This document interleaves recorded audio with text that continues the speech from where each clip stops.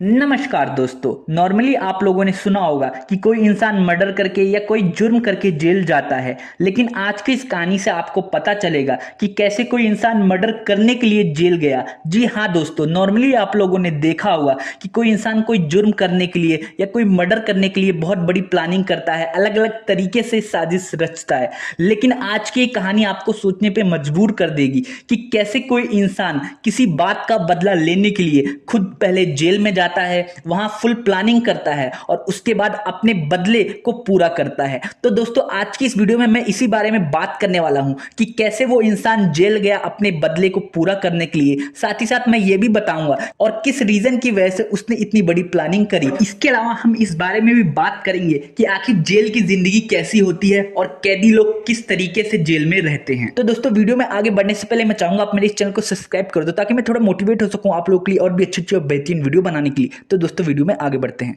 तो दोस्तों, ये कहानी शुरू होती है दिल्ली के निजामुद्दीन इलाके से। वहां पे एक परिवार रहता था। उस परिवार के अंदर दो लड़के रहते थे, एक का नाम था मेहताब और दूसरे का नाम था जाकिर। वैसे तो ये एक ही परिवार के थे, लेकिन ये सगे भाई नहीं थे, चचेरे भाई थे और दोनों की जो एज थी वो लगभग लगभग सेम थी। इसलिए दोनों दोस्त की तरह रहते थे और हर जगह एक साथ जाते थे, आते थे, घूमते थे, फिरते थे। साथ में इनका उठना बैठना था, खाना पीना था। मतलब एक तरह से कह सकते हैं ये लोग भाई कम और दोस्त ज्यादा थे। और जो दोनों का घर था वो लगभग लगभग आस पास ही था, एक ही मोहल्ले में ये परिवार रहते थे। और ये क्या करते थे, एक दूसरे के घर नॉर्मली इनका आना जाना भी रहता था। तो दोस्तों, जाकिर की एक बहन थी जिसकी एज लगभग लगभग 14 साल की थी। जैसे कि मैंने आपको बताया कि मेहताब और जाकिर एक दूसरे के घर आते जाते रहते थे। तो एक बार क्या हुआ, मेहताब जाकिर के घर गया। वहां पे उसने देखा कि घर पे ना तो जाकिर है और ना ही जाकिर के माता पिता हैं। घर पे बस जाकिर की छोटी बहन थी। तो उसने जब जाकिर की बहन को अकेला पाया तो उसकी नीयत खराब हो गई और उसने जाकिर की बहन के साथ जबरदस्ती करी और फिर उसके बाद वो वहां से भाग गया। फिर जब थोड़ी देर बाद जाकिर और उसके माता पिता घर पे आए तो उन्होंने देखा कि उनकी बेटी रो रही है। फिर उसके बाद जब जाकिर और उसके माता पिता ने उस बच्ची से पूछा तो उसने सारी बात बताई कि मेहताब ने उसके साथ क्या किया है। उसके बाद जाकिर का दिमाग खराब हुआ और वो मेहताब को ढूंढने बाहर निकल गया और साथ में जाकिर के माता पिता भी घर से बाहर निकल गए मेहताब को ढूंढने के लिए। फिर दोस्तों, क्या होता है कि जो जाकिर की बहन थी वो इतना ज्यादा दुखी थी इस बात को लेके कि वो ये सदमा बर्दाश्त नहीं कर पाई। उसके मन में बेइज्जती का, समाज उसके बारे में क्या बोलेगा और क्या मुंह लेके वो बाहर घर से निकलेगी, इन सारी बातों को सोच सोच के वो बहुत ज्यादा डिप्रेशन में चली गई और उसने उसी टाइम फांसी लगा ली। जब जाकिर और उसके माता पिता घर पहुंचे और उन्होंने देखा कि उनकी बेटी फांसी से लटकी हुई है तो जाकिर के पैरों के नीचे से जमी ही जैसे हट गई हो। उसके बाद जाकिर तुरंत पुलिस स्टेशन जाता है और वो शिकायत दर्ज करवाता है। इसके बाद पुलिस तुरंत हरकत में आती है और मेहताब को ढूंढना स्टार्ट करती है। किसी तरह मेहताब का पता लगता है और पुलिस उसको पकड़ के अदालत में पेश करती है। अदालत में उसके केस का ट्रायल होता है और फिर उसके बाद उसको जेल भेज दिया जाता है। तो ऐसे जाकिर के मन में यह बात आ गई कि वो मेहताब से बदला लेगा और कैसे भी करके मेहताब को जान से मार डालेगा। लेकिन उसके मन में एक बात यह भी आ रही थी कि अगर मेहताब को पुलिस ने पकड़ लिया तो वो मेहताब को नहीं मार पाएगा। तो वो इसलिए कहीं ना कहीं चाह रहा था कि मेहताब पुलिस के द्वारा ना पकड़ा जाए। लेकिन मेहताब ने कई बार जमानत के लिए कोर्ट में एप्लीकेशन दी, लेकिन जैसे कि आपको मैंने बताया कि 2012 के आसपास निर्भया का कांड हुआ था, इसलिए पुलिस और अदालत रेप के मामलों में बहुत ज्यादा सख्त हो गई थी, जिसकी वजह से मेहताब की जो बेल की एप्लीकेशन थी वो बार बार रिजेक्ट हो रही थी। इस बात से जाकिर बहुत ज्यादा दुखी हो गया था कि आफ्ताब को जमानत नहीं मिल रही थी। ऐसे कर करके धीरे धीरे साल बीतते गए और ऐसे करके टोटल 4 साल बीत गए। मतलब 2014 के आसपास उसको जेल हुई थी और 2018 का टाइम आ गया था और लगभग लगभग 4 सालों तक जाकिर ने मेहताब के बाहर निकलने का वेट किया। लेकिन जब जाकिर के सब्र का बांध टूट गया, जब उसको लगने लगा कि मेहताब अब शायद कभी भी जेल से बाहर नहीं निकलेगा, तो उसके मन में एक आइडिया आया कि अगर मेहताब जेल से बाहर नहीं आ सकता लेकिन वो तो जेल में जा ही सकता है। तो उसने सोचा कि किस तरीके से वो जेल में जाए। उस टाइम मेहताब तिहाड़ जेल में बंद था, तो उसने सोचा कि किस तरीके से मैं भी उस तिहाड़ जेल में जाऊं। तो उसके लिए उसने सोचा क्यों ना मैं कोई अपराध करता हूं। तो उसने क्या किया कि एक रिक्शे वाले का मर्डर कर दिया। उसके बाद जब पुलिस को इस मर्डर की खबर मिली, पुलिस ने आसपास पुलिस ने आसपास के लोगों से पूछताछ करी तो पुलिस वालों को ऐसे लग रहा था कि जैसे खूनी खुद चाहता है कि पुलिस उसको आराम से पकड़ लिए, क्योंकि उस लाश के आसपास बहुत ज्यादा ऐसे सबूत छोड़े गए थे ताकि पुलिस उसको पकड़ ले। इस तरीके से फिर पुलिस जाकिर के पास पहुंचती है और उसका भी केस कोर्ट में जाता है और किस्मत से कोर्ट उसको तिहाड़ जेल भेज देती है। तो दोस्तों इसी तिहाड़ जेल से ही जाकिर के बदले की कहानी का सिलसिला शुरू होता है। उससे पहले मैं आप लोगों को जेल के बारे में थोड़ा बहुत बता देता हूं कि जेल की जिंदगी कैसी होती है। तो दोस्तों जब भी किसी के ऊपर कोई मुकदमा होता है तो मुकदमे भी कई तरह के होते हैं। एक होता है सीरियस एलिगेशन किसी पे लगता है, और एक होता है छोटे मोटे अपराध के तौर पे किसी के ऊपर केस चलता है, मतलब किसी के ऊपर चोरी के लिए चल रहा है या कोई जमीन का विवाद चल रहा है, तो ये छोटे मोटे अपराध होते हैं। लेकिन मर्डर के, रेप के या किसी के ऊपर गोली चला दी, तो ये जो केस होते हैं ये बहुत बड़े वाले केस होते हैं, तो इनके अलग से ट्रायल चलते हैं। दोस्तों क्या होता है कि अगर किसी के ऊपर छोटे मोटे अपराध वाले केस चल रहे हैं तो उसको भी जेल में डाला जाता है, लेकिन उसको कोई कैदी नंबर या फिर कोई वर्दी नहीं दी जाती। नॉर्मली जिस कपड़े में होता है उसी कपड़े में वो जेल के अंदर जाता है, लेकिन जेल के अंदर जाने से पहले उसकी अच्छे से चेकिंग होती है कि उसके पास कोई हथियार तो नहीं है। और अगर किसी के ऊपर सीरियस एलिगेशन लगा होता है तो बात क्या होता है, पुलिस वाले या जेलर ये देखते हैं कि इस बंदे के ऊपर क्या ज्यादा टाइम तक ट्रायल चलेगा या फिर ज्यादा टाइम तक केस चल सकता है, तो उसको एक कैदी नंबर दिया जाता है और उसको वहां की ड्रेस दी जाती है। फिर उसके बाद हर एक कैदी को एक वार्ड नंबर दिया जाता है और उस वार्ड के अंदर भी कई सारे जेल होते हैं और फिर इसके बाद उसको एक जेल में रखा जाता है उस वार्ड के अंदर।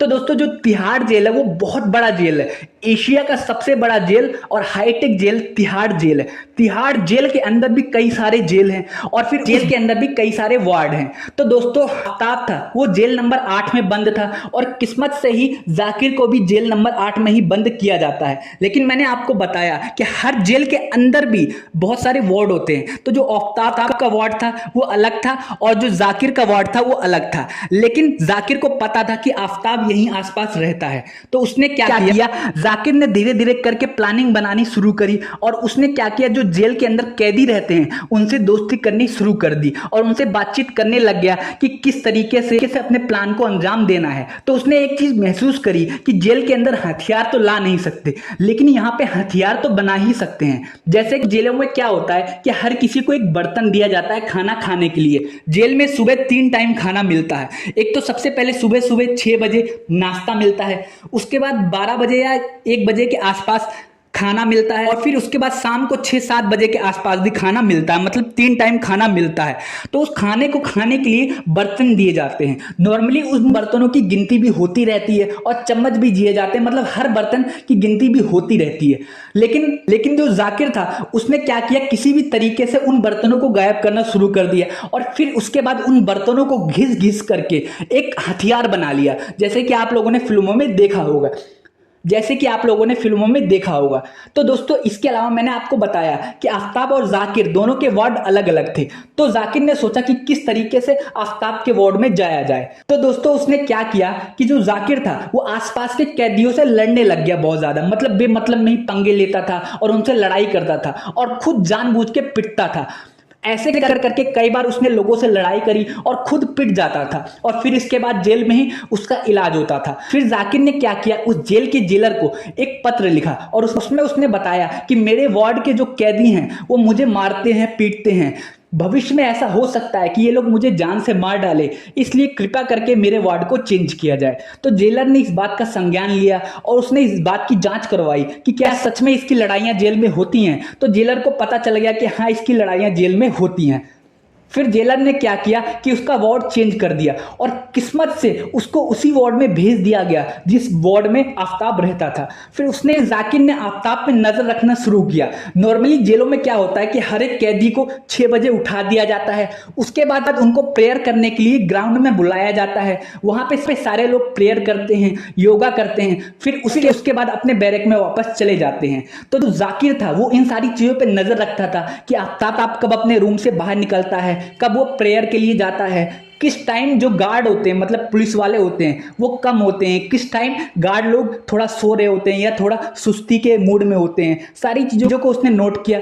इसके अलावा आफ्ताब कब खाना खाता है, कब खेलता है, कब कूदता है। तो दोस्तों आप लोगों को मैं एक बात और बता दूं कि जेल के अंदर नॉर्मली खेलने कूदने के लिए भी सारी व्यवस्था रहती है। इसके अलावा जेल के अंदर लाइब्रेरी भी होती है जो लोग पढ़ना चाहते हैं, और साथ साथ में जेल के अंदर पैसे भी मिलते हैं, लेकिन जो बाहर नोट चलते हैं वो नोट जेल के अंदर नहीं चलते। जेल के अंदर नॉर्मली कूपन चलता है, और हर एक कूपन हर एक कैदी नंबर के हिसाब से होता है। मतलब एक बंदे का कूपन कोई दूसरा बंदा यूज नहीं कर सकता।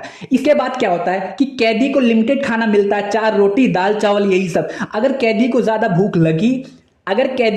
भूख लगी है तो वो उस खाने से कैंटीन में जाके एक्स्ट्रा खाना खरीद सकता है, लेकिन नॉर्मली कैंटीन में जो सामान होता है वो महंगा मिलता है। तो दोस्तों अब हम कहानी में आगे बढ़ते हैं कि जाकिर मेहताब के ऊपर नजर रख रहा था, तो उसने एक बात नोटिस करी कि जो जाकिर है वो सुबह के टाइम प्रार्थना के टाइम सबसे लेट अपने बैरक से बाहर निकलता है। नॉर्मली सारे लोग जब बाहर निकल जाते हैं उसके बाद मेहताब बाहर निकलता है, तो जाकिर ने भी ऐसा ही किया। वो नॉर्मली मेहताब के निकलने के बाद ही अपने बैरक से बाहर निकलता था, और साथ में जाकिर ने इस बात की भी गिनती कर ली कि उस बैरक के अंदर कितने कैदी हैं। तो एक बार क्या हुआ कि सारे लोग प्रेयर के लिए बाहर निकल गए, लेकिन मेहताब बाहर नहीं निकला, और जाकिर ने इस बात की गिनती भी कर ली कि कोई गलती से बैरक के अंदर रह तो नहीं गया। उसके बाद उसने क्या सोचा कि यही अच्छा मौका है और इसी टाइम मेहताब को सबक सिखाया जा सकता है। फिर जाकिर मेहताब के पास जाता है, मेहताब जाकिर को देख के चौंक जाता है। फिर जाकिर क्या करता है कि जो उसने हथियार बनाया था उसी हथियार से मेहताब के ऊपर हमला करने लग जाता है, और उसके गर्दन में, पेट में, जहां भी उसको जगह मिलती है हर जगह वो उस हथियार से मेहताब को मारने लगता है। जब मेहताब चिल्लाने लगता है उसके बाद दूसरे कैदी और पुलिस वाले आ जाते हैं और दोनों को अलग करते हैं, लेकिन उस टाइम तक मेहताब की बुरी हालत हो चुकी थी। उसके बाद पुलिस वाले मेहताब को हॉस्पिटल ले जाते हैं। कुछ टाइम तक तो मेहताब जिंदा रहता है, लेकिन उसके बाद मेहताब अपना दम तोड़ देता है, और उसी टाइम जाकिर ने भी अपने हाथ खड़े कर दिए थे और उसने बोला कि उसका मकसद पूरा हुआ, जिस काम के लिए वो जेल आया था उसने वो कर दिखाया। तो दोस्तों इस तरीके से एक भाई ने अपनी बहन का बदला लिया, लेकिन इसमें कुछ लोग बोलेंगे कि जाकिर ने अच्छा काम किया और कुछ लोग बोलेंगे नहीं उसने गलत किया। तो दोस्तों मेरे हिसाब से उसने गलत काम किया। पूछो क्यों? क्योंकि उसने बदला लेने के लिए सबसे पहले तो किसी मासूम इंसान को मार डाला, उसके बाद उसने कानून को भी हाथ में लिया, जो कि बहुत गलत बात है। अगर सारे लोग ऐसे ही बदला लेने लग जाएंगे तो देश में कोई इंसान बचेगा ही नहीं, हर कोई एक दूसरे को मार डालेगा। और हमेशा हमें सतर्क रहना चाहिए, हमें बहुत ज्यादा किसी पे भरोसा नहीं करना चाहिए। तो दोस्तों उम्मीद करता हूं आपको ये कहानी समझ आई। जाने से पहले मैं चाहूंगा आप मेरे चैनल को सब्सक्राइब कर दो ताकि मैं थोड़ा मोटिवेट हो सकूं आप लोगों के लिए और भी अच्छी और बेहतरीन वीडियो बनाने के लिए। वीडियो देखने के लिए आपका बहुत बहुत शुक्रिया।